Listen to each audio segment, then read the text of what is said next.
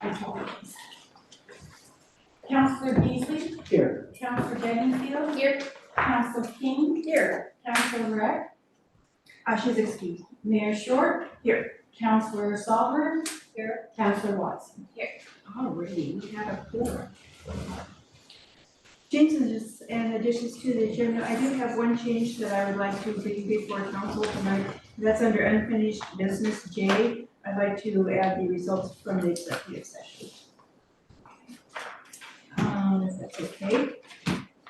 We have a proclamation this evening that I'll read into the record and we can vote on that. Did you want me to read it or are you okay reading it? Would you like to read that? You hear the hint? Oh, that would be great. He was gonna read us the But I'm time. happy not to if you would rather read it. That would be awesome. Here. Pull it out.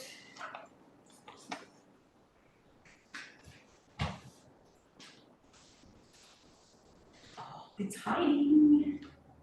There it is, okay.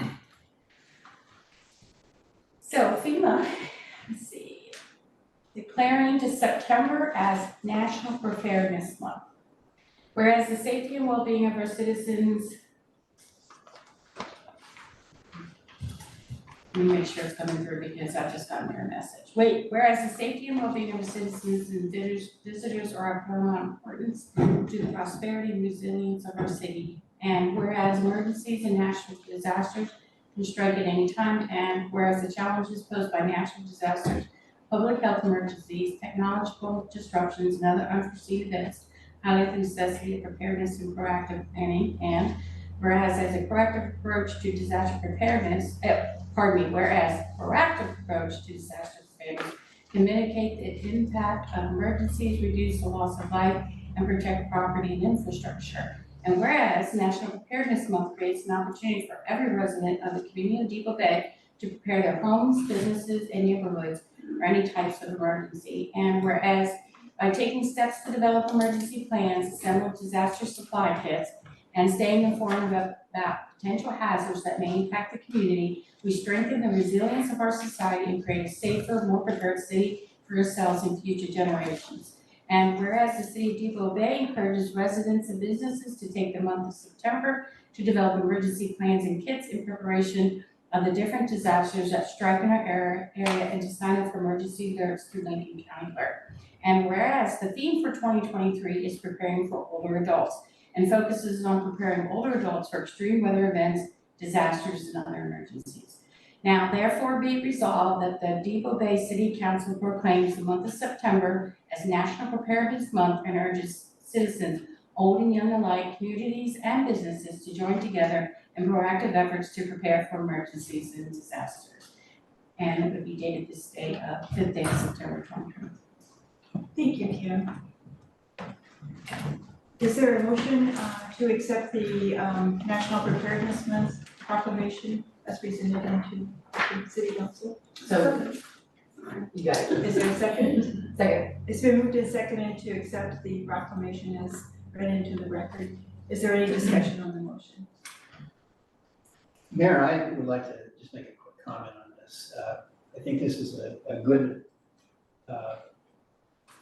and worthy goal right here. And I would, during the report of the Emergency Preparation Committee, like to ask a couple of questions with regard to this. Is there any other comments on the motion? All in favor, say aye. Aye. Any opposed? The motion is carried. Thank you. Next is our consent agenda, and we did have one typo on page 4 of our July 11th meeting minutes. Sovereign was on there. Okay. Right toward the end of the page. That's my only What, correction. July, what means, pardon me? July 11th. Okay, thank you. Are there any additions or,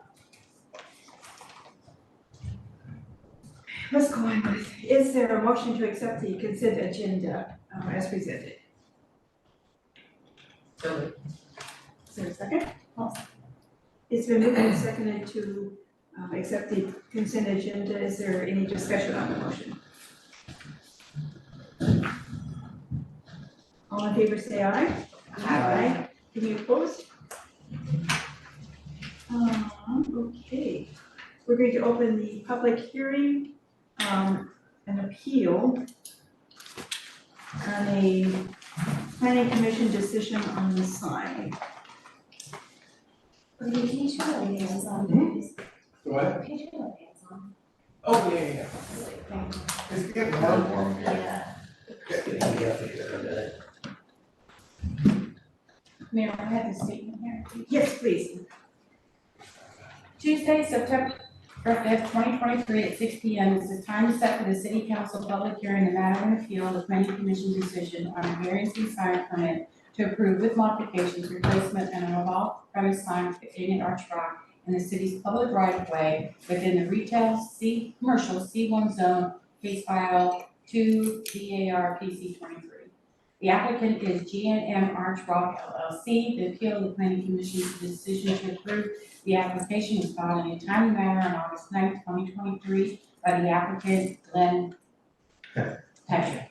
The applicable relevant criteria upon which this case will be decided are Depoe Bay zoning ordinance sections 152090-152.21 or 152.103, signs, and sections 152.170-152.173 variances.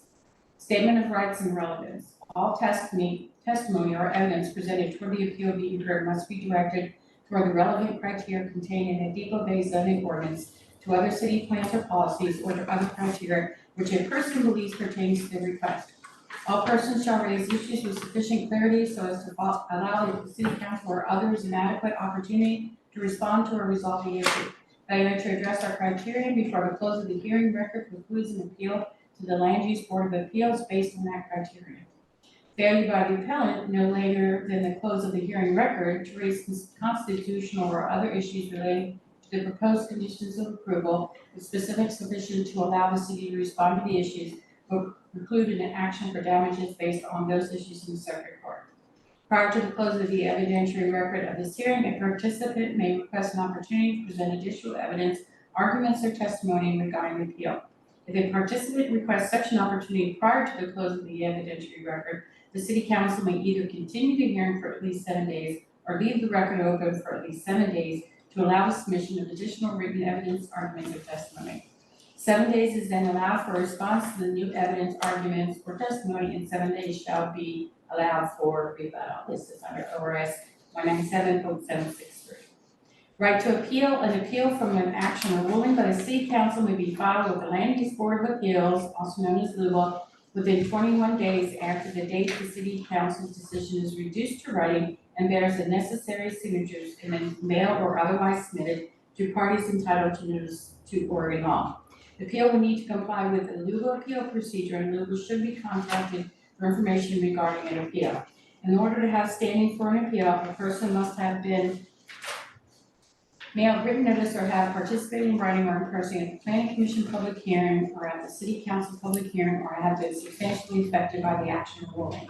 The procedure. Following presentation of the City Planner's report, record of the proceedings and decision of the Planning Commission, the appellant may present information regarding the appeal. The proponents, those agreeing with the appeal, are heard, followed by the opponents, those who object to the appeal, and other interested parties who are either for or against the appeal. Finally, the appellant may speak in rebuttal of any testimony presented in opposition. Those providing testimony are asked to state their name and address for the record, provide name and mailing address on the sign-in sheet. Council members will have the opportunity to ask questions for clarification after each testimony. So the steps are call for any city council member's declaration of conflict or interest. Oh, do you want her to do this, or do you want me to? Well, I can do it, okay. yeah. So the first thing you have to do is call for any city council's member declaration of conflict of interest, ex parte, contact, or bias. Anybody have any declaration of that? No. Hearing none, ask if anyone present is opposition to any member of the city council to hear this case. And we don't, we are just two of us online, so there's nobody else online. Okay, now, our city planner, Kit Fox, will review the staff report. Thank you. So, just again, in summary, the item before you this evening is an appeal. The planning commission's decision approving the modification to variance and sign permit to repair a non-conforming freestanding sign within the city's public right of way has been appealed to the council. The existing sign is located within city right of way of Northwest Sunset Street, is located off premises from the business that it advertises, exceeds the 8-foot height limit for freestanding signs, and is a type of sign that is now prohibited under city sign regulations.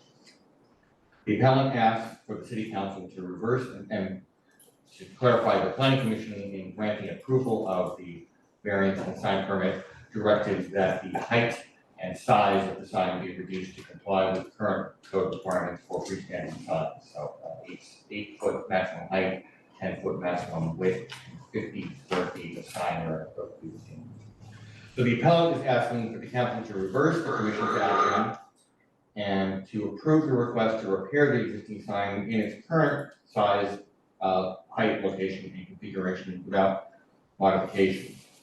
The appeal was filed timely on August 9th. Additional narrative was submitted on August 10th. And photos simulating the 8-foot tall sign that is used across the right of way of Highway 101 were submitted on August 16th. And the supplemental materials and those photographs are all included in the staff report before you this evening. Staff provided council with the final order of the planning commission's actions by email on August 9th. At that time, the minutes of the July 20th planning commission meeting have not been approved yet.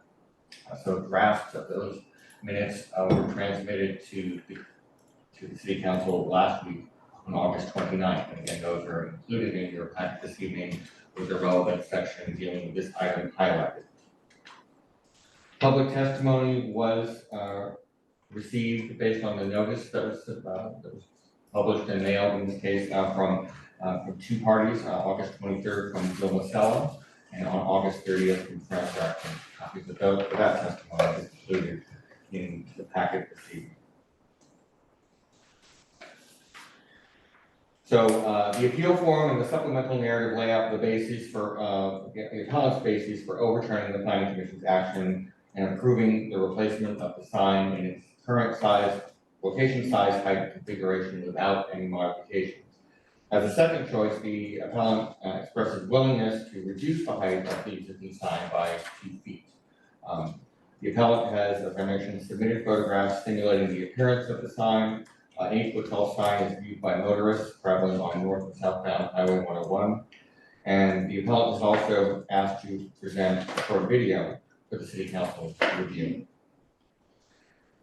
In its action on July 20th, the planning commission found that by reducing the height and size of the sign to comply with the city's current standards for freestanding signs, granting a variance and sign permit to allow the sign to remain off premises and within the city's right of way was warranted. Staff believes that the planning commission's action reasonably balanced the NRTROC's need for identification and wayfinding signage with the intent of the city's sign regulations that non-conforming signage be brought into compliance with current standards over time. As such, staff recommends that the city council uphold the planning commission's action, approving the variance and sign permit for a modified freestanding sign within the city's right of way. As a point of clarification, and this is discussed in the staff report, there were 2 conditions of approval that were considered by the planning commission in the modified version of the sign. One dealing with ODOT approval, and the second related to that dealing with the execution of a license agreement with the city for the use of its right of way. The sign exists in the city's right of way and has for decades, long before the city was incorporated, and possibly much longer before that. And there's no evidence that there's ever been any kind of an agreement between the city or the city's predecessor for the sign to be in public right of way. So in the original, the approval that the planning commission rendered, the condition required ODOT to approve what's called an outdoor advertising sign for the sign, and that was based upon previous input that the city has received from ODOT. But since then, ODOT has now determined that the sign is ineligible for an OAS permit, although they've indicated that the city can still approve the sign on the basis of its own zoning regulations, which is essentially the action that the planning commission took in July. However, ODOT warns that the city cannot accept compensation for the use of this right of way for the sign, as that would violate ODOT regulations. So if the city council ultimately approves an off-premise sign within the city's right of way, staff would recommend modifying the conditions of approval as they're described in the staff report this evening, those two conditions, conditions 4 and 5. And so then, this, in conclusion, from staff's perspective, based on council's action tonight, staff is prepared to possibly present a draft license agreement for the city council's consideration of the first available agenda after any appeal period has expired. And we also note that the 120-day decision deadline by which the city needs to render a decision in this application is Thursday, September 28th. A couple of other quick items. So, as I mentioned, the appellant has prepared a video which we have downloaded to be viewed. Pauline Neat, who is the general manager of the inn, is present this evening, and so she's going to be making a presentation and comments to the council on behalf of Mr. Petrie as the appellant. So the kind of the plan is to begin again with public test or appellant testimony with Ms. Neat to show the video from Mr. Petrie, which is only about 4 minutes short, as part of that presentation. And I think that Ms. Neat also wants to speak to some of the photographic information, particularly the simulations of the 8-foot sign that are included in your staff report.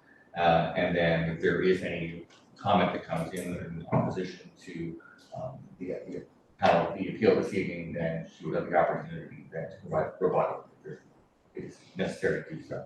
So at this point, staff would recommend that you ask Ms. Neat to come to the dais and begin the appellant's presentation. Please come on up and would you state your name? Pauline Neat. Okay. And your address? Address is physical is 70 Northwest Sunset Street here in Depoe. Okay, thank you.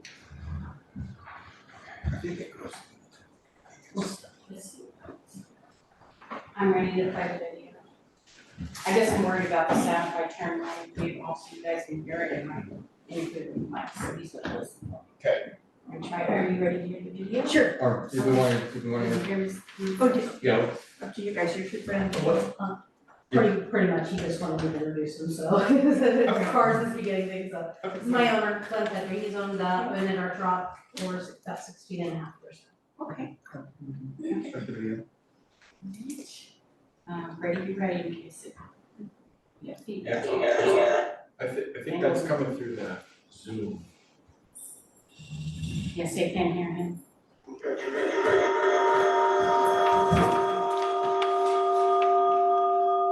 But it's not that, I it's the think mic. it's that's too close to that. So if Are that. the mics on? Our mics are on, if that was in the other room, it would work. Do you want me to go to the other room? Yeah, sorry. I'm being bad. sorry. There you go. There, sorry. Well, it's feedback from that system. Okay, so we still are getting it sounded.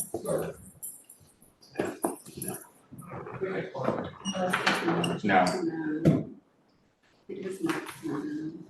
no, it's just, It's not, we're not getting power to the speaker or what? I've got to turn it that's all off. the way up. Okay. So. Give me on the speaker.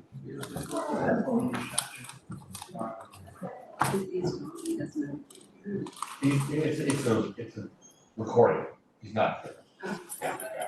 He's on there. Yeah. Oh. I need to even plug in, yeah. Did you hear anything yet? Now, They can't hear anything. That's what I'm afraid of. okay, well, we're getting the voice through. Her voice is the speaker, right? Yeah. Are the mics on?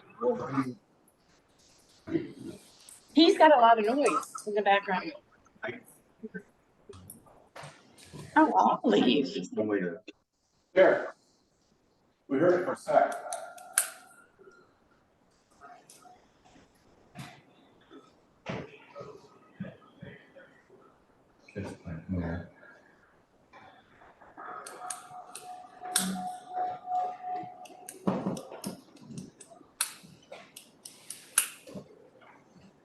Technical difficulties, sorry.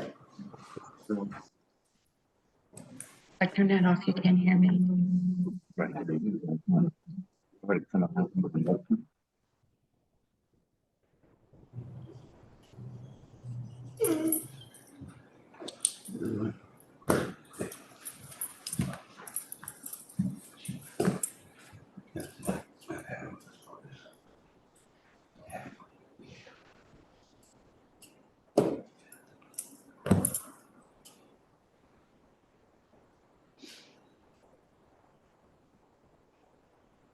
Oh, okay. That's in there, right? Okay, so let me turn this on. There we go. That's turned off. But you can still hear it.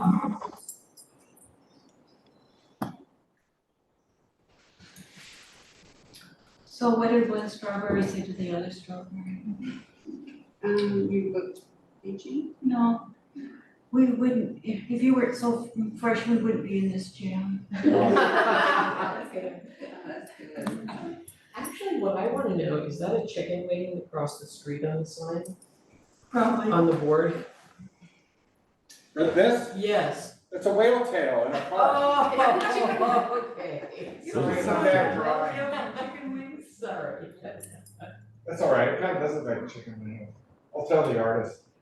It was Mark drew that for us. And we're trying to explain when she laid the harbor in the, we'll get to that. But they were trying to draw the park and the swing set and the whale tail. Next speaker, and Yeah, I turned it up a little bit. Don't turn it up. Well, I did. Maybe we could turn the sound down on this and then use Try yours? that. Okay, There we go. it's still feeding back. Maybe we could we, Is the mic off? yeah, it's not these are off. It's feeding back from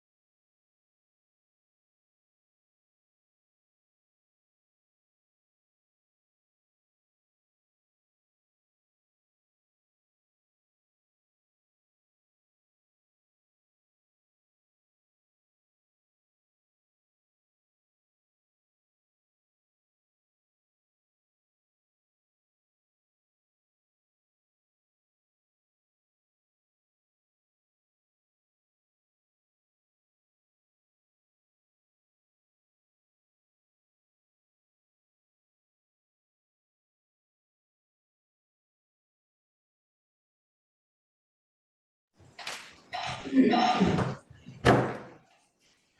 did you have anything else for us that you wanted to present? Yeah, I just wanted to- Sure, so Pauline, my husband Nate and I, we managed our shop together, we were on-site managers.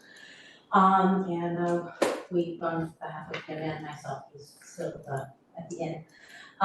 We appreciate you hearing our appeal.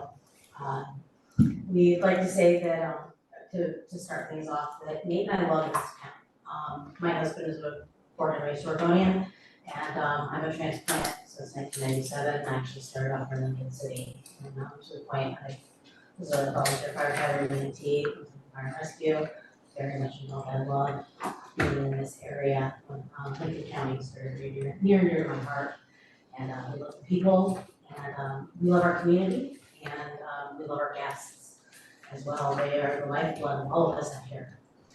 So we feel that having people come and stay here is really an all hands on deck experience to come to Depoe. It really is. It takes all of us to make it work, and the guests want to feel an entire experience. They want to feel a unique experience, something that they don't get anywhere else.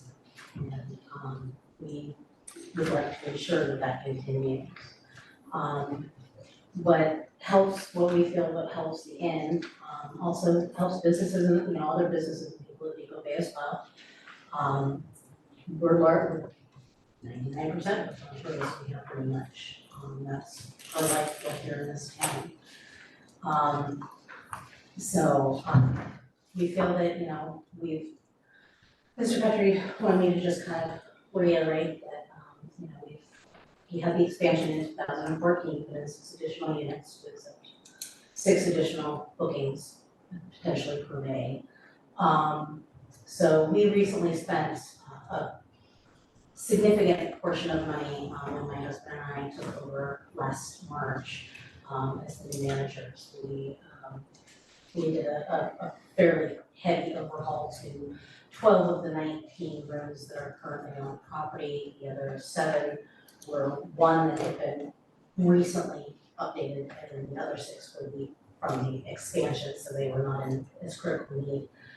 This shoulder season, use that in quotations because we really don't see that much these days, is going to be focused on the exterior of the property as well. And we put in everything from fireplaces to paint to furniture, you name it, plumbing, electrical. It's been pretty expensive. We just launched our new website this week. Our website is outdated. This new website is absolutely beautiful, it's stunning. We want to make us a unique experience, but we also have a draw to the other businesses here in Depoe Bay that we work with. Businesses such as Depoe Bay Winery. Actually quite good friends with Travis and Adam, they're wonderful. We carry their wines. We use them in our packages. Same with Ainsley's. As with the Horn Public House, we have a package that includes them as well. We are setting up a package to work with Topside Charters. We feel that it's only fair, it's only good that if we're bringing these people to us, then we make sure that they're going to enjoy the unique experience throughout Depoe Bay. As Mr. Petrie also said, he said we had 4 weddings, we had 5. We just had number 3 this last weekend. So we'll make mock wedding, nice little small one. We've had 2 large so far. We have our 3rd large one in 2 weeks. The first one did not go out without a hitch, but we learned a lot from it. And so we've taken a lot of necessary measures and proactive approaches for the following ones. For example, this 4th wedding that is coming up is by far our largest, it's our most in-depth, and this entire group is coming to rent the entire property for 3 nights from Montana, not a single one's from the state. So this is a huge, unique experience. They're coming to experience the coast of Depoe Bay in particular.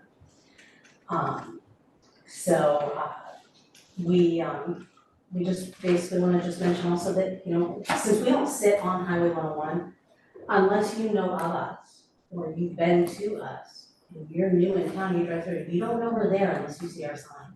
And that sign does bring us business. There have been many nights that my husband and I have been woken up in the middle of the night because a guest is looking for lodging, because they see our vacancy sign, and they stop. The historic value is one thing, in my opinion. Arch Rock is historic, in my opinion, and that is one of the oldest properties here, in Depoe Bay. I know it was established as a motel, as a lodging facility in 1947, and has been such since. The sign helps us capture our business. Without that sign, people very easily are gonna drive right through again, unless it's word of mouth, they stop somewhere else. We're fortunate that we do have other businesses that do recommend us. But there is also a little bit of an, I'm not going to say embarrassment, but it's sometimes an uncomfortable conversation. Don't get me wrong, we love our neighbors, but to describe to somebody to turn right or turn left at the marijuana dispensary, to come to stay at our inn. Again, no problems whatsoever with the neighbors at all. We love the area, and we would love to have our sign. Ultimately, we would love to keep the sign at its current height because of visuals. As you can see from some of the pictures, we did the measurements, we built a sign that was 8 foot by 8 foot. That's what we did, but we made sure it was the 8 foot requirement, and we held it up when we drove coming from the north and the south. And where that location is to be kept, you cannot see that sign. That sign is buried unless you are on top of it. We'd love to keep it at its correct height. I know Mr. Petrie is more than willing to make other accommodations for keeping it as a single pole, doing those other things, even changing the sign itself if need be. But height is what is basically our most important focus here, is that people be able to still see us. Second, of course, is his one agreement that, if we can drop it, but 14 feet would be probably about it before you start looking at it again being obstructed by other signs, poles, etc., north and south, including cars on the road. Third, of course, he does agree that yes, we can keep the monument sign option. He will let you know that that's pretty much not a viable option, and I would have to agree with him. It would not be a sound investment to put a sign in the BTC. So it would be a position where we would take a sign down and which, again, in my opinion as well, just doesn't really benefit us or anyone else in that respect. So, with that, I'm done. Thank you. Okay. Okay, next, was there any proponent testimony? Against? No, in favor. In favor of the appeal? Is there anyone in favor of the sign? Present, okay. Then we have the opponent testimony. Is there opponent's testimony? Other interested parties? Are there any other interested parties? Doesn't sound like we need to do a rebuttal by appellant. Is there any call to request the record open?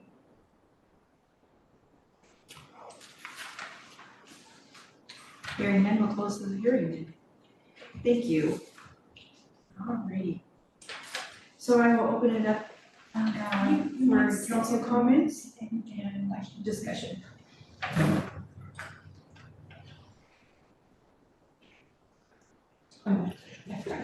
Councilor Beasley? Okay, thank you, Mayor. I would like to thank the manager of this Arch Rock Inn for your really refreshing testimony here about your business. You love our community, you love our guests, and you really, in my mind, captured the whole essence of what this town is about in terms of a destination resort. And the reason I say that is because, there's been a kind of an anti-tourist attitude that has swept over Lincoln County, in my opinion. And so it's good to hear that. That story needs to be told. But in fact, only about 3 or 4 people on the planet really care about the signs. We can see from the packet and the comments. And I would like to say something about those. One is I was really saddened to hear about Bill Masalo's trouble on his sign. And that's an interesting story. And then on Liz Rex's comments, I want to thank her for the fact that she has come in here and seen an alternative that has offered options to this, because we need to be able to do that. We need to be flexible. But in terms of my thinking on this, Mayor, the concern that I have is, and let me ask this first. My question is, would a new sign be a new sign? Say there was no sign there, and somebody came in, could they put a new sign there at that location? Would the unit or truck put a sign Yes. at that location? Not Yes. without a variance.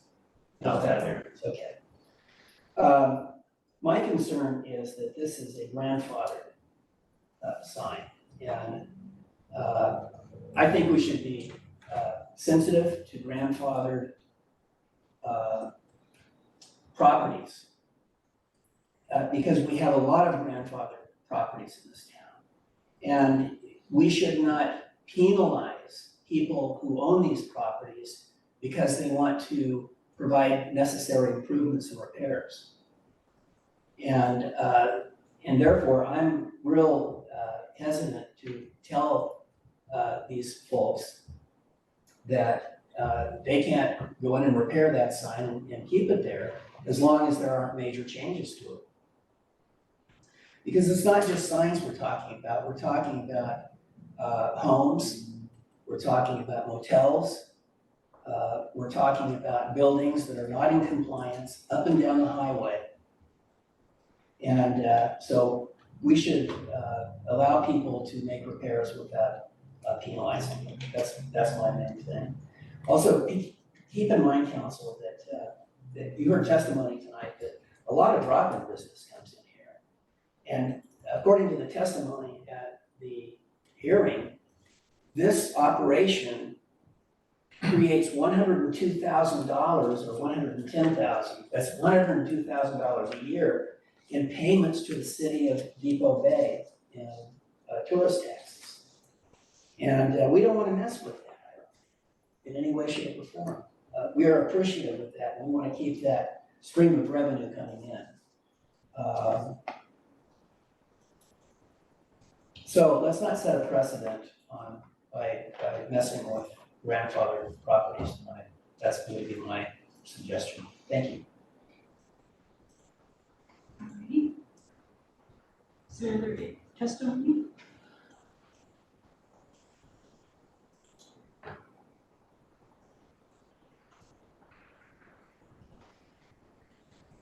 Okay, do we clear? It's We're not hearing council deliberation. I know, council deliberations, so we're still deliberating. If you're done. Are we done I just deliberating? have one comment. I think we talked often about, we have a planning commission for a good reason. They look at facts, and then we look at facts. But I think that it's important to pay attention to what they're telling us, and I would think that we should go by their opinion. And I disagree, I'm sorry, but, I like the sign, it's old, it just needs a new pole. And it gives the direction for where the inn is, and I can't believe I'm saying, but I agree with Councilor Beasley that, I think we should just leave it there and give them a new pole. And some of the other signs that they've put up around town are disgusting, huge signs. And this is a very compact, convenient sign, so that would be my opinion. Any other comments? Yes. So I am mostly in agreement with the planning commission. I think that it's not about whether I like the sign or not. It's about equally enforcing our code across the board. And I think that's really important. And I do think that the planning commission came up with a pretty good compromise in actually allowing the sign to stay on the public right of way. I am personally not in favor of allowing the sign to stay on the public right of way. I don't see any public good in that. It is a liability for the city, in my opinion. There is no historic statute that is protecting this sign. So this is our opinion, whether we think it is or is not historic. If we want to have an ordinance that protects historic signs, then we should create that. We shouldn't come up with ideas because we like the sign or not. That's my opinion. So although I am not personally in favor of keeping the sign on the public right of way, I think the planning commission did a really good job of give and take, and I think that any new sign needs to conform to the current code, just like the planning commission had said, and I'm in favor of upholding the planning commission's decision. Did you want to make that motion, Counselor? Sure, I move to uphold the planning commission's decision with the 2 additions of the ODOT right of way, or ODOT review and then the license agreement. I'll second it. Is there, it's been moved and seconded to select, upholding the planning commission's decision as presented. Is there any discussion on the motion?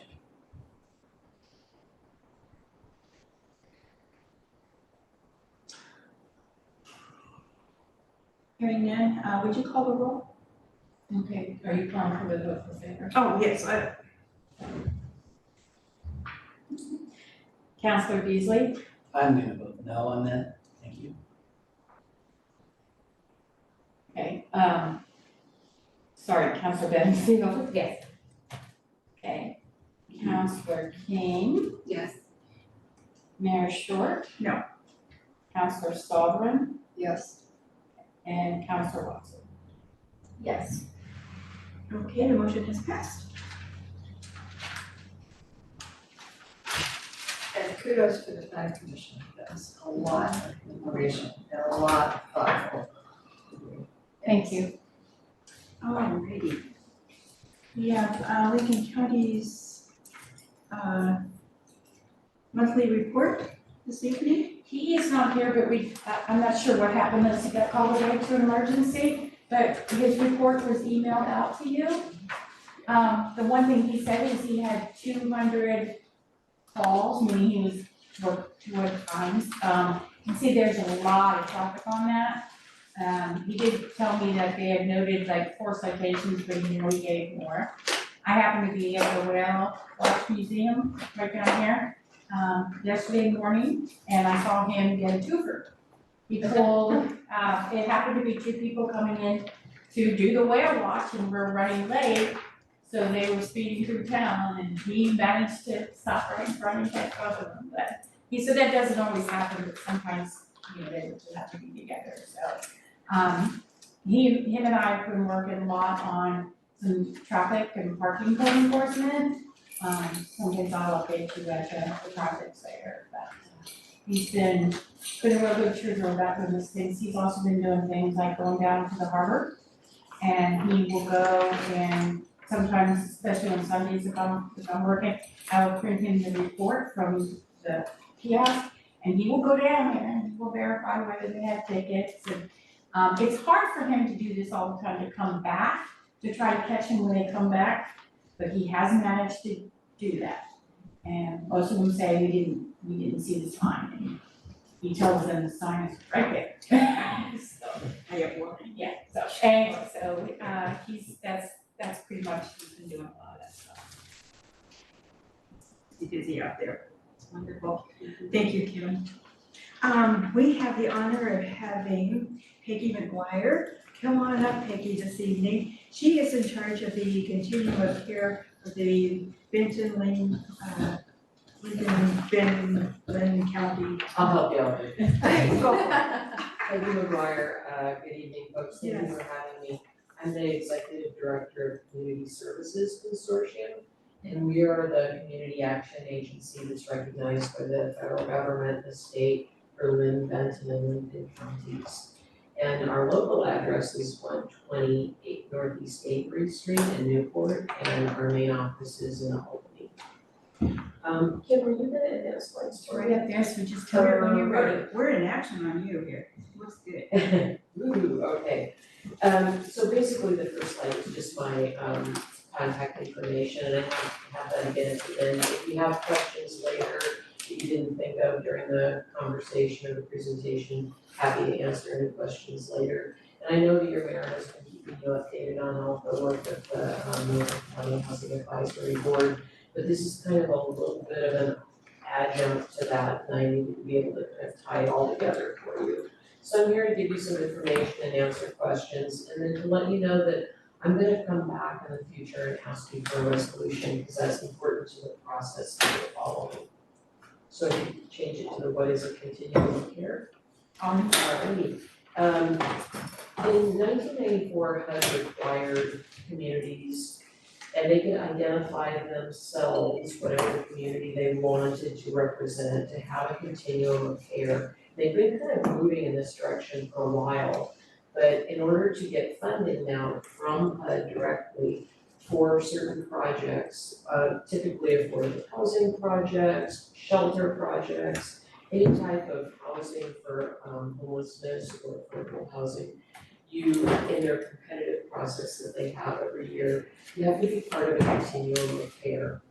And they send the funding through the entity that is in charge of the continuum, and then that funding gets divvied out to the partners that have applied for the funding.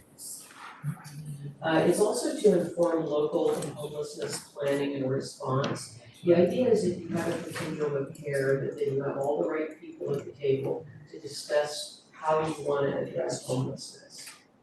And then who makes up the continuum of care, I'm not gonna read that to you, but lots of folks, all of whom you find at the Lincoln County Housing Advisory Board meetings, all represented at the main meeting and in the committees. And then I'm going to continuum of care structure. Thank you. So who provides the administration for a continuum of care? It can really be any entity that we choose as a group. It can be a municipality, it can be a community action agency, nonprofit service provider, it can be a standalone 501c3 where you hire a person to run the continuum. And what's the geographic makeup of the continuum of care? Again, anything you wish to identify yourself. So if it's the city, if it's a county, if it's multiple counties, it can be an entire state, it can be a region of communities. What is being proposed right now, what I'm here to talk to you about is removing ourselves from the balance of state continuum, and I'm gonna talk more about that, and becoming a tri-county continuum of care, so just Lynn, Benton, and Lincoln counties. The continuum of care is responsible for your homeless response systems planning, a HUD required homeless management information system, providing the oversight and the required reporting for that, a coordinated entry and assessment process where you interview the individuals who are unhoused, you give them a vulnerability assessment, you enter that data into the homeless management information system, and based upon how they've answered the questions in the coordinated entry assessment, they get rated and ranked as far as their vulnerability. And then theoretically, what you do is you take the individuals who are most vulnerable and place them into the available housing that's open in the community. And because no community has enough housing, that housing is always at a premium, so you're looking to put those individuals who are most vulnerable into the available housing, get them off the streets. The continuum of care is responsible for data gathering and analytics to look and see how you're doing, how you're performing. They're responsible for the annual point in time count that HUD requires every year, the third week of January. And all of that information gets rolled up into a statewide report, which gets rolled up into a national report that goes to Congress. This is called the Annual Homeless Report, AHAR. And then coordinating, the continuum is responsible for coordinating the request and applying for competitive funds. So what's important about that is you can't just wake up one morning and decide, oh, I'm gonna apply for this competitive funding from HUD. You have to be part of a continuum of care. You have to propose your idea to the leadership of the continuum, and then the continuum votes on whether you get to advance your proposal forward or not. How this came to play out that worked against us in the past year, Jackson Street Youth Services could have competed for a national competition for funding for youth housing. And they were not allowed by the balance of state continuum to submit their proposal because all the counties in the continuum would have had to have some type of activities for youth homelessness. And a number of the other counties said, well, we can't really do that, so you can't submit your proposal. So Jackson Street was, who could have been very likely to have been rated and ranked very highly in the competition, had to walk away from the opportunity. So move on to the evaluating the effectiveness. And these are just the different areas that HUD looks at. They rate and rank every continuum in the nation. And those continuum rating and rankings also play into how your proposals are scored. So if you have a highly performing continuum of care based on these particular areas, the number of people who are homeless being decreased, the successful placement in permanent housing being increased, a reduced number of people who are returned to homelessness, an increased homeless placement and prevention, decreased length of the time that people are homeless, from the time they fall into homelessness until the time we get them back into housing, decreased number of persons that are homeless for the first time, and an increase in job and income growth for for people who are homeless. These are all things that the system tracks and that the continuum is responsible for tracking, and it all gets reported to HUD, and they look at the continuum across the nation.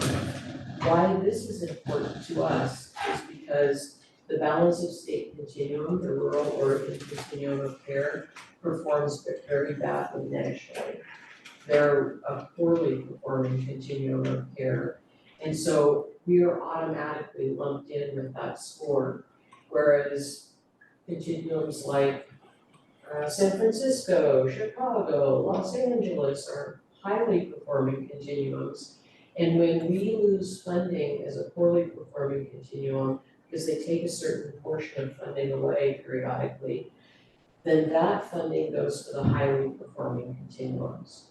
So it's very difficult if you're in a poorly performing continuum to be able to make any headway unless everybody is performing well. Okay.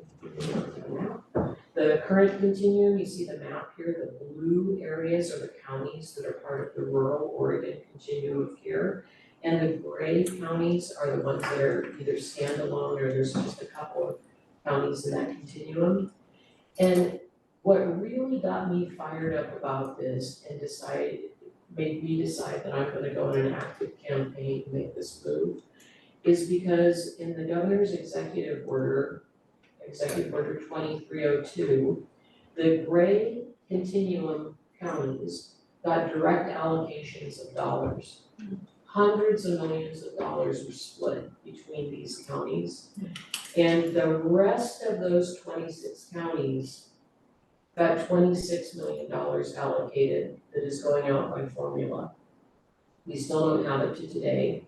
Jackson County, which has a population of approximately the size of the Tri-County continuum, it's actually a little bit smaller, received $8.8 million directly allocated to them. Our entire continuum got $3.7 million allocated for all of our 3 counties.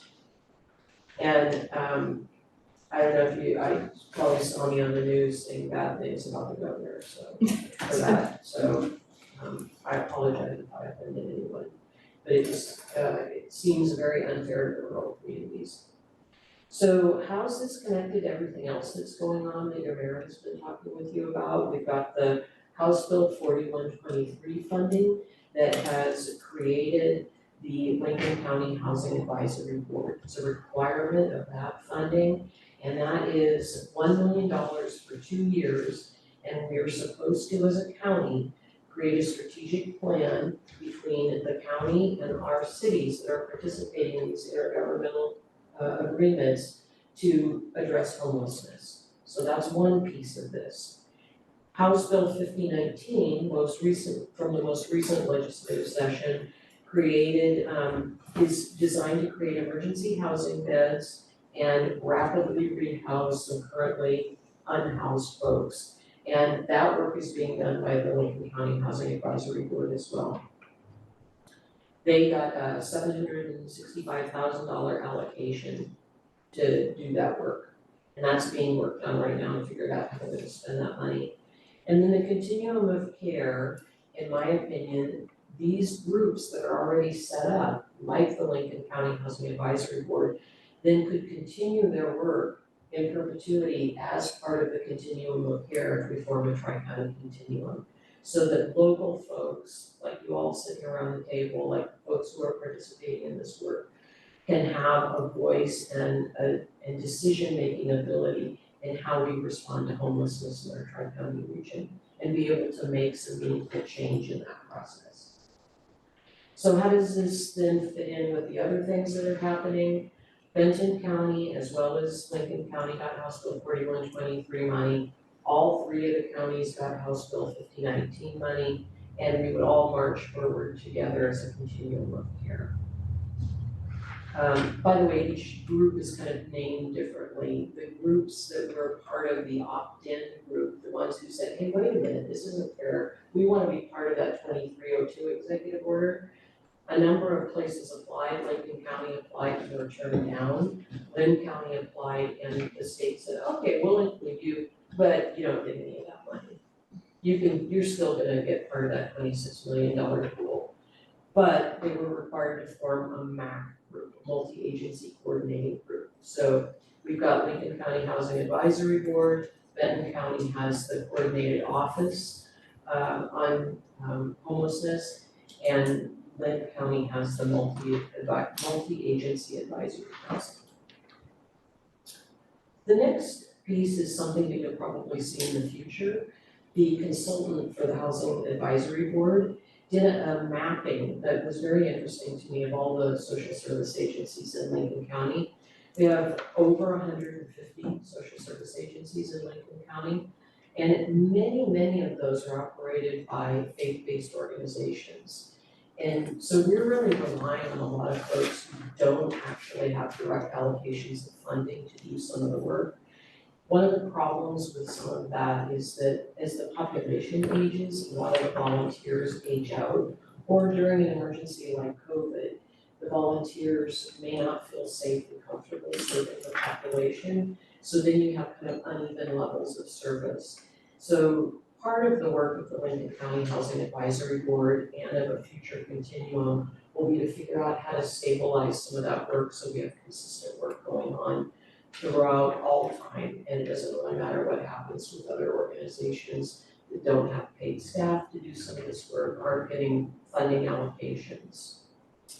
The next slide is just showing what it is that people do to address homelessness and what kind of work they do. So everything from street outreach to housing placement, information and referral and case management, the different types of housing that people are working to provide, emergency shelter, crisis response, transitional housing to get people off the street into something short-term. Sometimes that's important if they're in a mental health crisis or have substance use disorders, and give them the skills they need.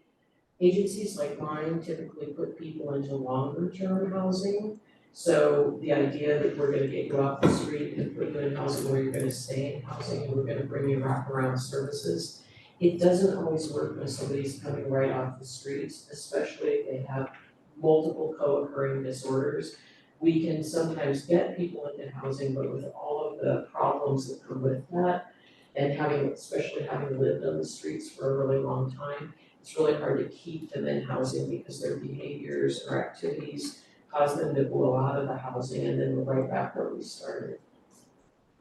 And then the bottom arrow on there is talking about the data piece. With HUD funding comes, and with any state funding comes extremely heavy responsibility for documenting, putting information into the homeless management information system, and then pulling out information for reporting. And a lot of times there isn't substantial funding that goes with that. So a lot of the information that's being done, being captured, if it's being captured by some of the smaller nonprofit organizations or faith-based organizations, isn't being collected in the data systems. And we saw that in the point in time count. People were serving people who were homeless, they weren't documenting it well. And so when the governor looked at all the point in time count information, the governor said, well, Lincoln County, they don't really have too many people who are homeless. But the work of the Lincoln County Housing Advisory Board has determined that there's probably reliably, we can think of somewhere between 1,500 and 2,000 people who are unhoused in Lincoln County. So it's a very large group of people, as you can see. So the COC formation process, the next steps, we're fortunate in that Marion and Polk counties had pulled out of the ROC several years ago, and at the time, some of my colleagues and I, some of the Benton County commissioners also had talked about pulling out of the ROC, but we said, geez, we don't know. This hasn't been done before, nobody's done it. HUD had to hire special technical assistance people for the Portland HUD field office. They hired special technical assistance people for Marion and Polk counties, and we have followed their progress. They're now making more money each time there's a competition than they had been. They've been losing money when they were part of the ROC, which is what many of the ROC members are experiencing. And now Marion and Polk County has been adding money. And it's not just HUD funding either.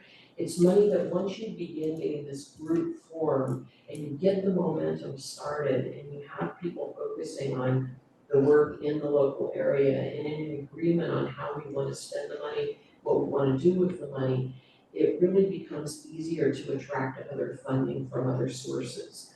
So while it's not about the money, it's always about the money.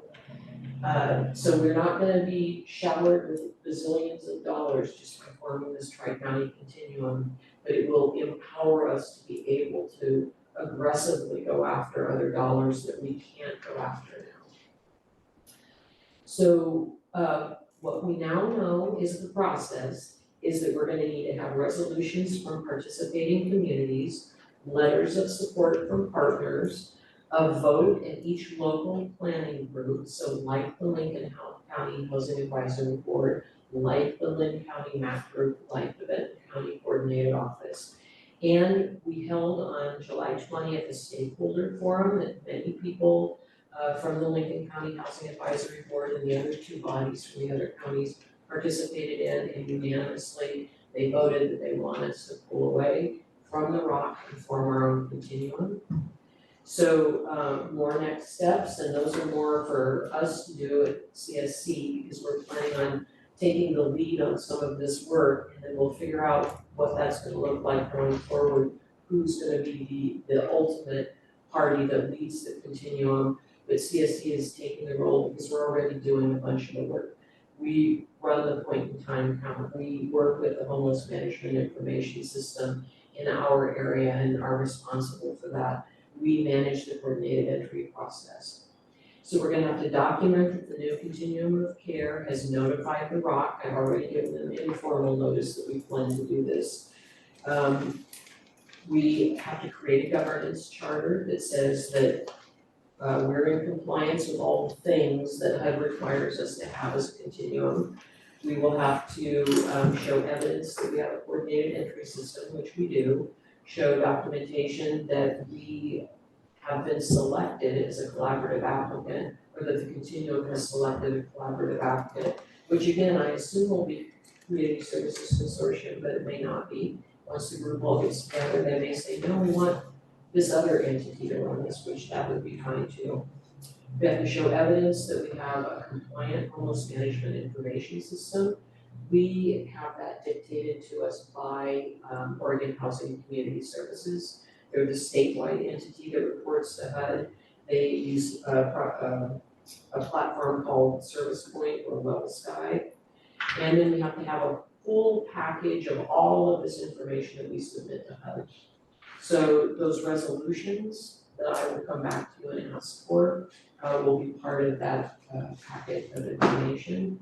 And with that, I'm happy to answer any questions. I know this is probably as clear as mud and it's complicated, but happy to answer any questions you may have.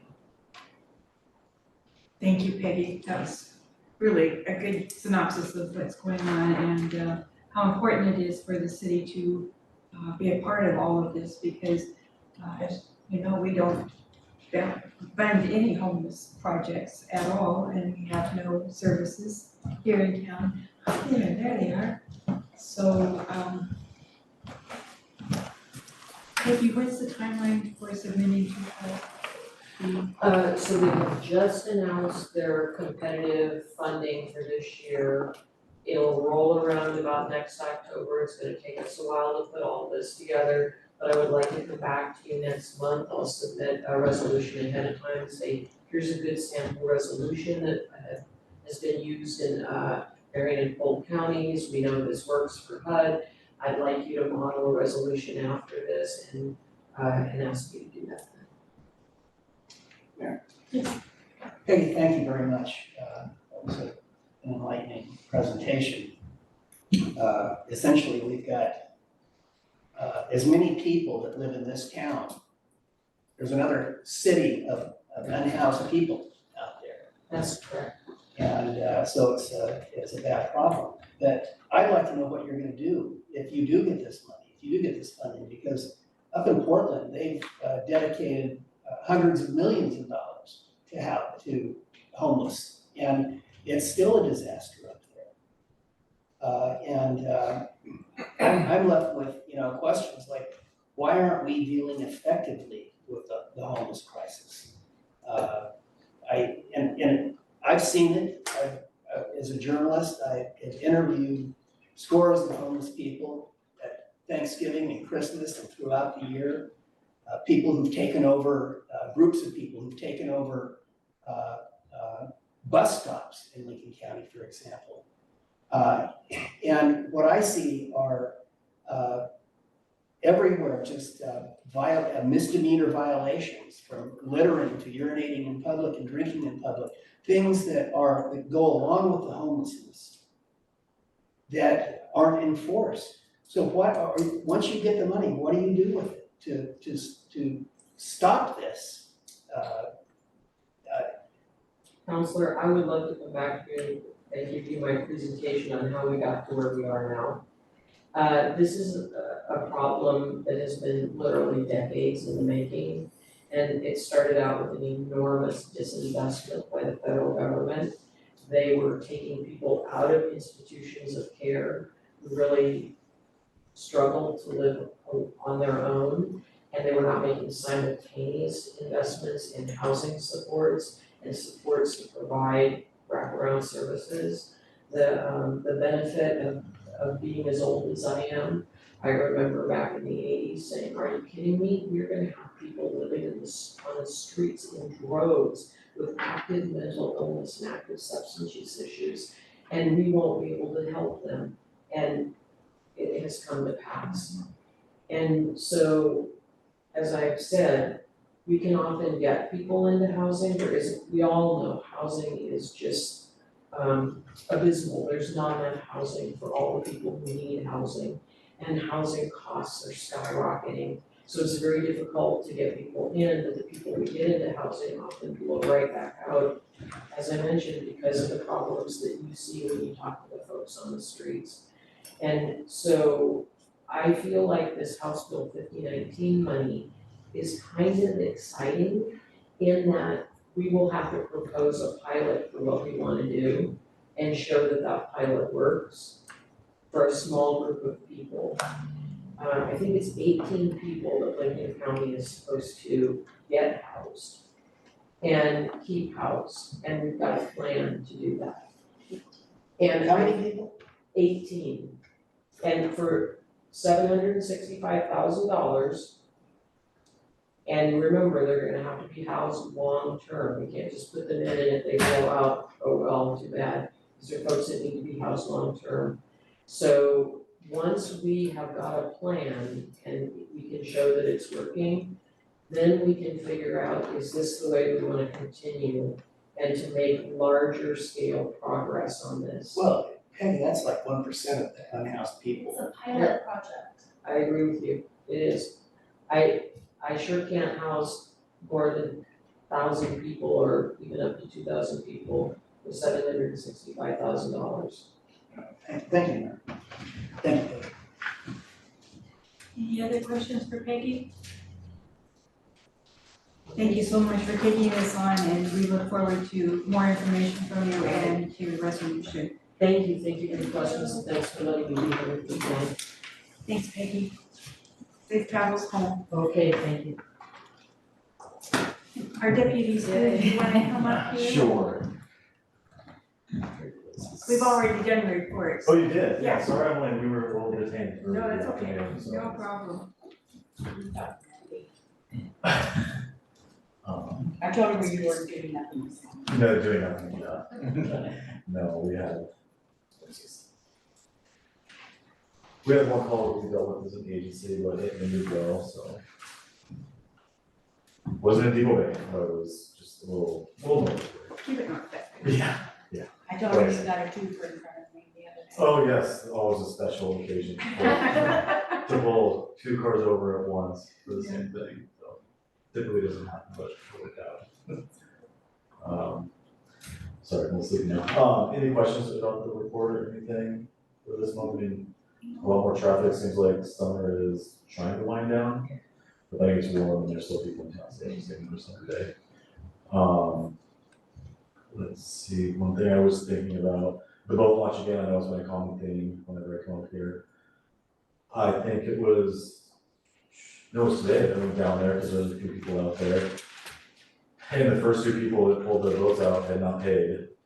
One person just said, oopsie, I forgot, so of course. And then one person said they only had cash, and I believe them that they only had cash for whatever reason.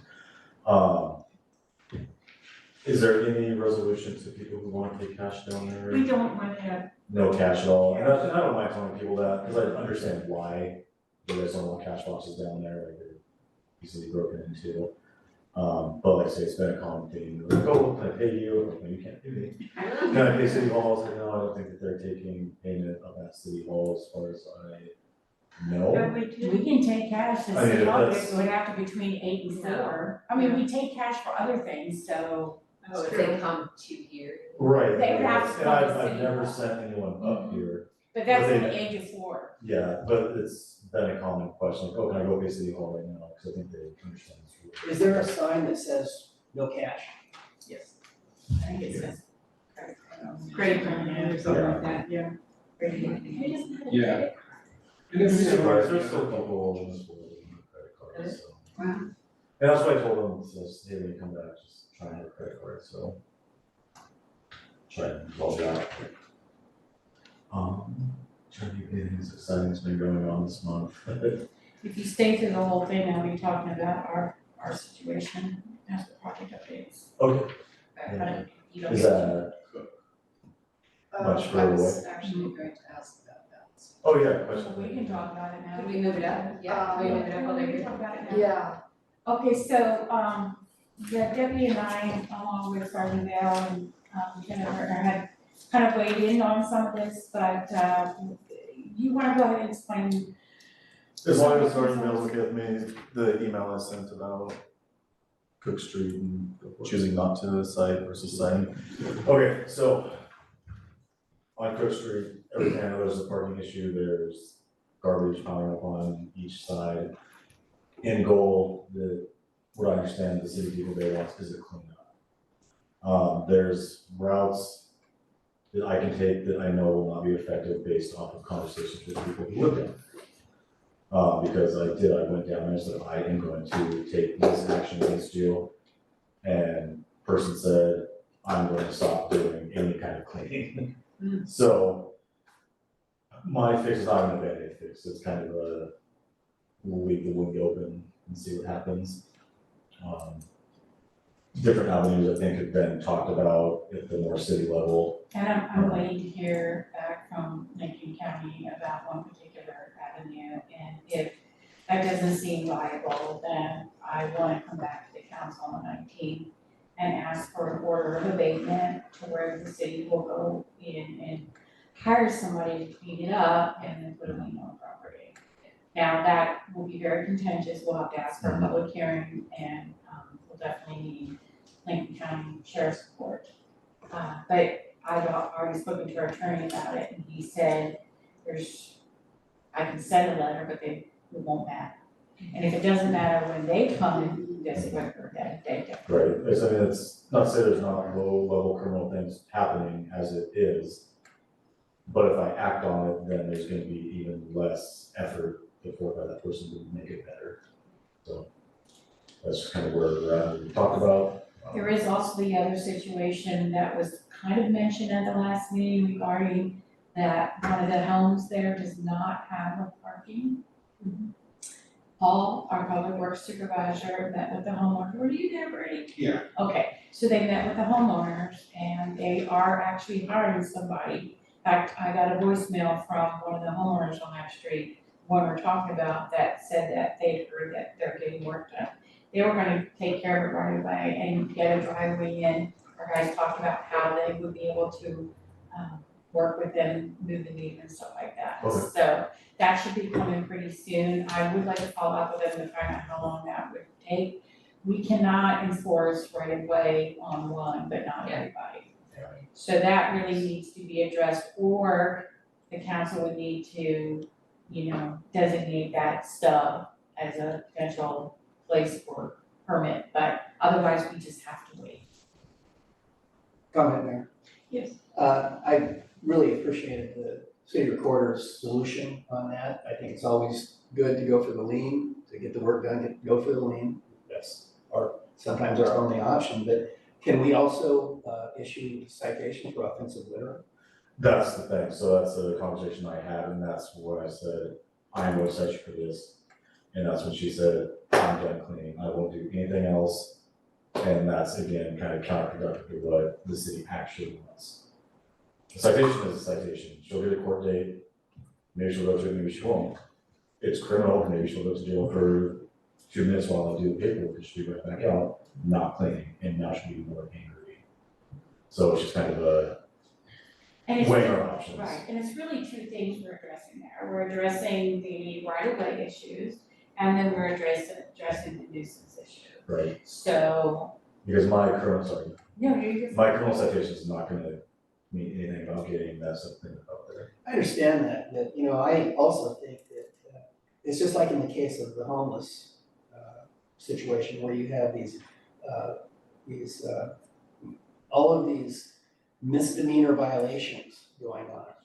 And if they're not enforced, they just continue to go forward. Right, and it's not, and I don't want you to think that it's off the table. It's just exploring other avenues right now I appreciate that, thank you. again, just to actually get the problem solved, so. So we have been in contact with the health authorities? yes, Okay. yes, I'm gonna follow up with them tomorrow. Okay. And has she verbally threatened you, like? No, she's very boisterous, I mean, I think we all know that, but she's never threatened me, she actually doesn't like me, so.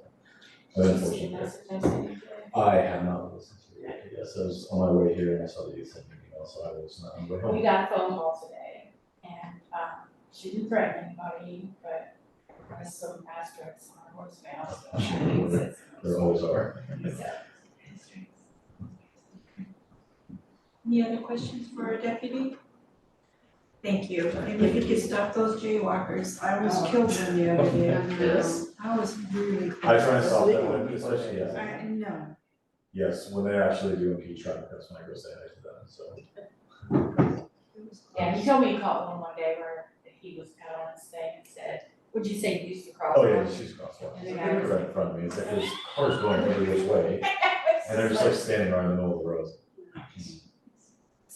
Do you give them a citation when they? No, for those You just guys, warn them? warn them, say, please use crosswalk. Thank you. Is there issues with people crossing when it's a red hand and not a little guy walking? That happens I on Main would Street all the have time. to look at that, because I think there's something in statute that says something about pedestrians crossing when they're not supposed to with electronic signals. Yeah, that happens all the time. I pull up and I go to turn right and it's clearly red and people are like, well, I didn't see you there, but I'm still going. Yeah, that's. So, and I'm like, I don't know if Well, that started a fight actually on there one day because somebody crossed when they were supposed to, and the guy who was crossing was in the wrong, he hit the car. Oh. And then they got out and fought. Oh, dear. Did you get video of this? None of that one, like, it was, by the time I got there, it was said and done, the guy who actually was the driver was gone. And the guy who was actually the aggressor was still there claiming he was the victim, but he told me his story, but there was like 4 people in the background just like shaking their head. That's not how it happened. So, Okay, well, we'll just keep plugging on. yes, I'll be in touch Appreciate your with being here. Kim about everything. It's been a big difference having you in Oh, town. I like being here, so. Like I said, I promise I'm working on Kirk, it's just weighing options and seeing what is best for the city, so. and he's got other areas he's working on. It's just, there's things, some things the city has to put in place, like no parking signs or clear no parking signs. So we gotta do that first before they take action. Great, thank you. Thank you both. Thank you so much. Take care.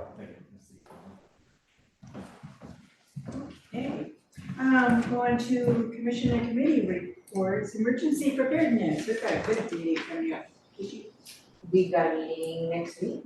On the 18th, there will be a 2-hour meeting. It'll start at 4:30.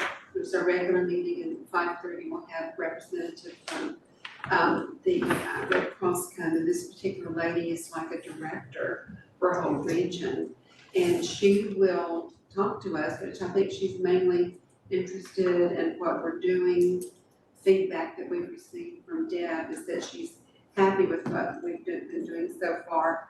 And she'll just give us more advice about what we need to put in place. Do you want to tell them about the events? Oh, sure.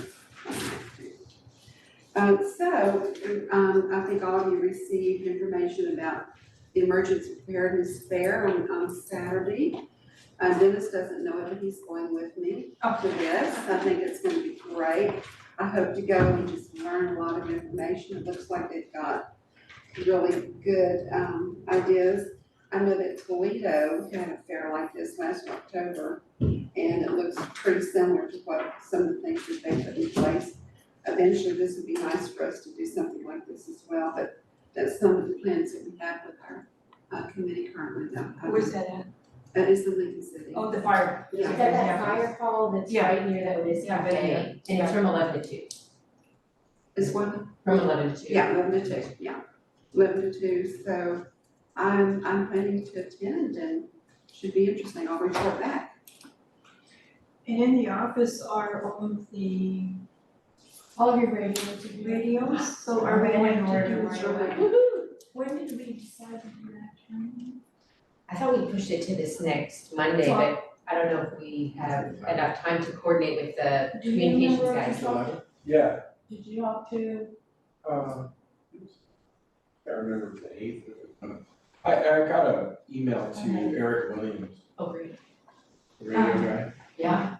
Okay, and Jenny Damaris, who is the Lincoln County Emergency Management Manager, she is going to, when we talk on the 18th, coordinate some things of what you guys wanted to do, but I've got her on standby to do a presentation to do like another event in Community Hall, for October 21st, not October 19th or the Great Shakeout. She's gonna be in Glen Eden. And she could do something, but since it's the middle, and she didn't wanna do the same presentation for Glen Eden and us. So she said that Saturday would work well, and she's tossing out some ideas, like one of them will be having a presentation from a Dogon Yeah. expert on getting your place wildfire ready. So, but she's waiting, I told her after we dropped the emergency preparedness committee, see what other ideas you guys might want for an event. She's very excited about it. Yeah, I found the date. So I have the 18th at 4:30. That's So right. we're gonna do Yeah, the that's right. training? Yeah. The radio training. The radio training. And we're all allowed to come, is that right? I believe so, it's for the city council, there's enough radios for everybody on the city council, the emergency preparedness committee and the city staff. Awesome. Yeah. That's right. And during that, I think that meeting, we have something else to show. Yeah, the Yeah. the emergency radio, We'll show that to you guys. tsunami radio. Yeah. And you, And, awesome. And Kelly is going to send out agendas and minutes and what have you to Kyle Kennedy before Mark. He's on, I've asked, my deputy to make sure that whenever we do the emergency preparedness agenda, that she sends it to the World War coordinator. Thank you. Appreciate that. I have a question. Yes. Joyce, I just am curious. I looked into the minutes of the committee and want to compliment the committee on its learning curve. But I'm curious, does the committee have goals and deadlines? We don't have specific deadlines. We did have a session where we came up with goals, and that should be in the minutes, several months back. We don't have deadlines, and that's probably something we should do. I would like to see the committee revisit the goals and then determine, I think we came up with, what, 6 goals, is that recall? That's right. 6 goals, and determine which one, let's target this one for March or this one for June or something like that. I think that would be very Well, that's helpful. great. Can you give me an idea of what the goals are? Do you recall? If you look at any of the agendas, each goal is listed on each agenda. So our agenda items are based on the goals that we. I know one of the goals that I have particular interest in is to map our neighborhoods. We're not sure how we're going to do that, other than working with, the CERT people have the neighborhoods already mapped. And what does that accomplish? What that is, like, I live in Anchor Estates, okay? And so if we have a tsunami, we might be surrounded like an island. We might be, who knows? We don't know, depends on where the water will flow. But in my particular neighborhood, in various little parts joining our neighborhood, we would be mapping who has engineering skills, who has medical skills, who has whatever skills are needed. Mapping, I've got shovels, I've got water barrels, I've got food storage, what have you. For instance, at my island, we have food storage, we have quite a bit of it. And that would help my island, and so to let people know what they need in their island, what's important to them. So that's one that we definitely need to work on. What about the sirens? What do you guys decide on that? I haven't really, That's what we plan to talk to them about on September 8th. yeah. I think We have a, Brady and I have a possible Yeah. resolution. the sirens are not good. We're not, I don't think we're asking to spend more money on sirens. We're thinking the radios will take place of sirens. Just to interject, this last week, some really interesting information came out from Maui about the radio system. And so those will be on our agenda. We had a brief discussion about it at our last meeting, but it's an agenda. Do we need to have a joint meeting between the? Well, what we hope to do, and that's maybe one of the things we could put on your agenda, is to have a workshop all together with planning of who would do what in each community area, and how we would be responsible. But we haven't gotten that far yet. We've got to address that, and that's something maybe I'll work with Kim on is get a workshop prepared. I think it's a great idea. And we'll put it on your agenda as a discussion item. The challenge we have in our community, quite frankly, is that we now have people that know what they're doing, and have done this before, which is helpful to us. But in my opinion, we would need, for the things that we want to accomplish, maybe a full-time person dedicated 40 hours a week to accomplish things we want to do. And with all of us, we don't equal a full-time employee that's dedicated to do this. We get together, we talk about ideas, and we accomplish what we can, but it's rolling the ball uphill. And that to me is a real challenge. Thank you, it is a challenge. Hard.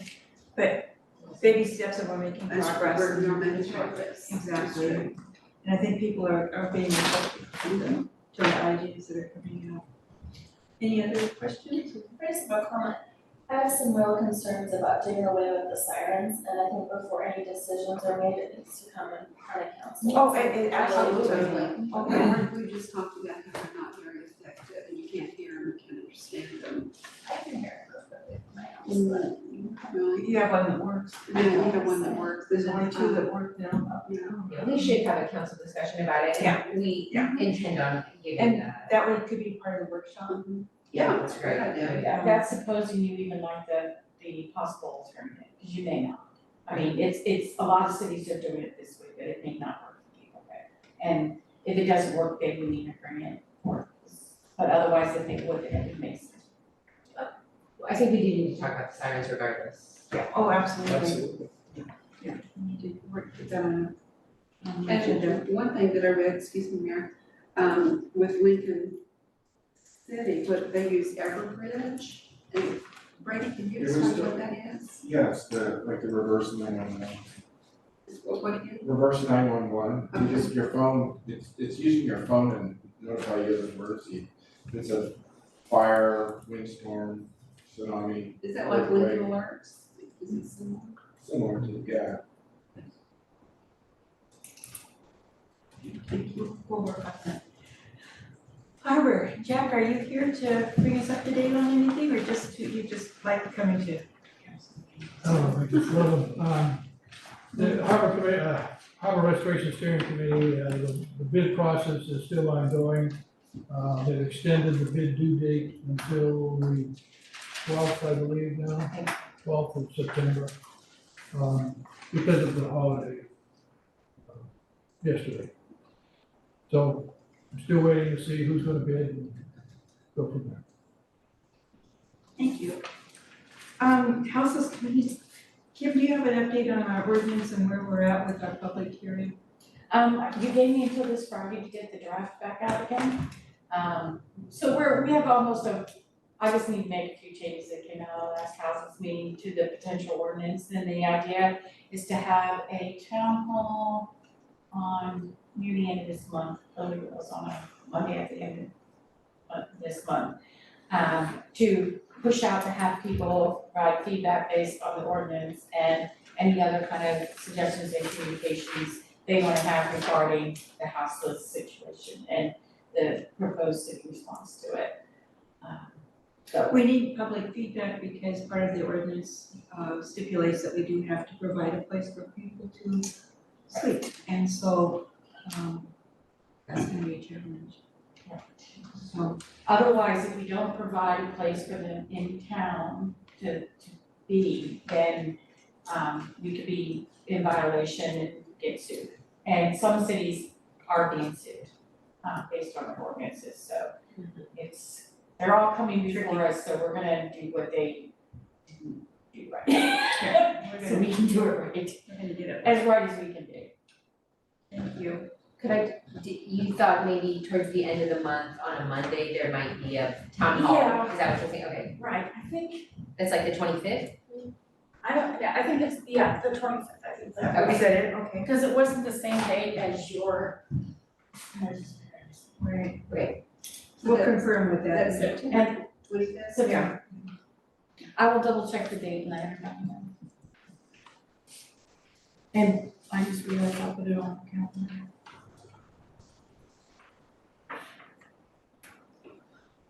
And that'd be just information, or would we also be taking We public would be comment? providing the information as to why we're doing this and then just taking their input So you would take public comment, okay. The idea would be mostly to, like I said, share why we have to do this and why these changes. And then say, okay, we wanna hear from you, because we may end up having to, revise the ordinance based on that. Martha's here also from the houses. Did Oh, you there have she anything is. to Hi, add? Martha could have upgraded. You might have Martha Graham. Hi, I'm Martha Wallace. I'm on the House Lease Advisory Committee. I'm also on the group of people working on emergency winter shelter in the Lincoln County. And I'd like to say a couple of words about that because since we don't have services, we may need to be sending people into those places. So if I could just do that, I would do that. And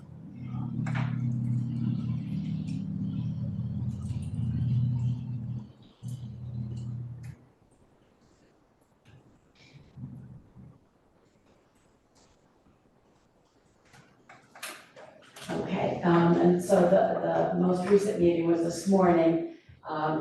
There is an effort in Lincoln City as well as in Newport that's being organized for providing winter shelter for houseless individuals. It is going to be as low a barrier as possible, which may even mean that people with pets will be accommodated inside a facility of some sort. At the moment, Lincoln City has not yet identified a building and none of the faith communities in Lincoln City have yet stepped up to say they would offer their building. And so they're looking for a parking lot where they can put FEMA tents and things and whatever, so that's kind of TBD. The deadline for starting the shelter is October 1st, which is coming right up. Luckily for us in Depoe Bay, we can send people to Newport. There are 2 faith communities and who set forward to be a rotating shelter until the more permanent emergency winter shelter is made available. And they announced the building that's gonna be in this morning. And so the building has been identified and is being rented. And there will be some work that needs to be done to make it code worthy before it can be used. But it can be used as a rotating shelter in the meantime. And so there will be 3 places, St. Stephen's Episcopal Church, First Presbyterian, and the old Crossroads building at the intersection of Herbert and Second. And the first one will start on October 1st at St. Stephen's Episcopal. There will be hours from 6 at night until 7 in the morning. People will be received, asked to hand over their belongings and put into a locked room so that things won't get stolen and so on. And then we don't have to search for guns in bags or anything like that. And we will be providing a meal. And they are in the midst of recruiting volunteers to staff those now. So anyone who wants to drive to Newport and volunteer in one of those, they're going to be taking volunteers through the same organization that did the COVID clinic, volunteer scheduling and so on. And that'll be happening very soon. Basically, initially through the end of this year, October through the end of this year, and maybe into January until that building is available for more permanent occupancy, it will move every week to the next facility and then start over the cycle in the 3rd week. The 4th week. And I don't know, if you have questions about that, I'm happy to answer them. I have a question. Yes. Martha, thank you very much for that great report.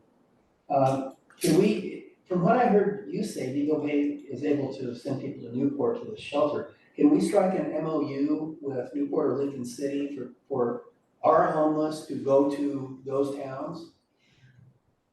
Our committee hasn't come up with an advice at this point about what we're gonna do in a longer term. I'm addressing what's gonna happen this year for the winter shelter, and it will be operating just from the 1st of October to the end of March. And this is how that part's gonna be handled. And so the longer term way of how that's gonna go, once shelters are built and operating, is not been decided how we're gonna handle that. It's all in negotiations at this point. It's all still in flux, shall we say. So Martha, is that 7 days a week? Yes, Wow. A meal every night? yes. Wow. She said with trepidation as one of the cooks. I have a question. Yes. Regarding the cooking of the food, you don't have to get a license for this. Well, I already have a food handler's license and we have a Stone Soup, which operates in Newport. Every Monday, there's a meal and 5 churches participate in that, and it's always at St. Stephen's. I belong to St. Stephen's, so right in front, that's my faith community. And that building is used for those meals every Monday night. So there is, in that community, a comfort with going to that location and being fed there, and has been going on for, I don't know, almost 30 years, I believe. And so that's there. So now we have to figure out how to do that every day during the 1 week that they're there, and then breathe for a couple of weeks and come back and do it again. So we are gonna be figuring all that out. So you have opened up your church before for. We did last winter, just when it was below 24, just for 4 or 5 days, yeah. And we managed to get about 35 people in there, and this time we didn't have, any things to do that with, we just opened the doors and brought people in. So this time we will have county support and whatever, we'll have blow-up mattresses that can be rolled up during the day and stored away, and, little hygiene bags for people to be able to brush their teeth and whatever, things like that. And so there will be breakfast served and a dinner served, and so there will be something this winter. And if we have people that we find here who are in trouble and who need a place to go, that one I know is gonna be up and running in 3 weeks, and I'm not sure exactly where it's gonna end up being in Lincoln City, but they're working on finding a parking lot where they can do FEMA tents and put people in, at least out of the weather and in a warmer place. Do you know if Helping Hands has opened at their facility in Lincoln City yet? Helping Hands? I don't know, they didn't give I any haven't report heard on that. that today. Already. Martha, thank you so much. Thank you. You're amazing, and we'll keep you up to date on our ordinance as it comes by. Thank you. Anybody from Parks? Nobody from Parks Planning? Ruth, did you have something? Come on up. Ruth Moreland, I'm on the planning commission, Yes. and I know you get our activity report in your packet, I believe. Yeah. So, these are things that, we're presented with, that, the city planner Right. gives us background information. But we're also working on some other kind of more visionary projects. One of them is a lighting code, looking at a lighting code, we're looking at some other cities around the country, examples of lighting codes. Okay. And, one of the concepts in the lighting code can be the dark skies concept, and there's some other things too. Sure. But that's an example of something we're kind of happy to be working on. Wonderful. That's much appreciated. Any questions for Ruth this evening about what's going on? We appreciate your hard work on the committee. Thank You know, it's challenging.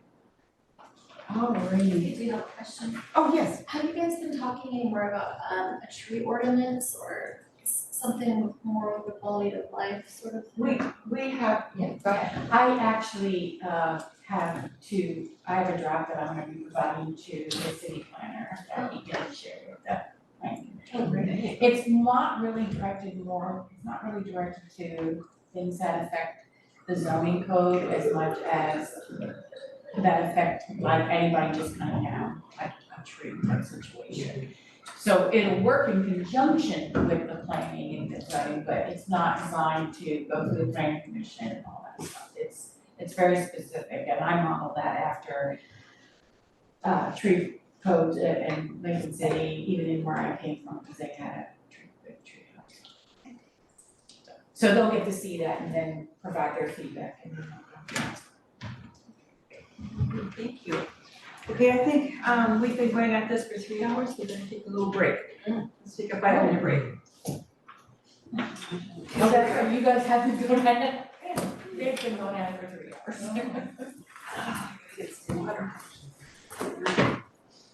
I think that's what she was.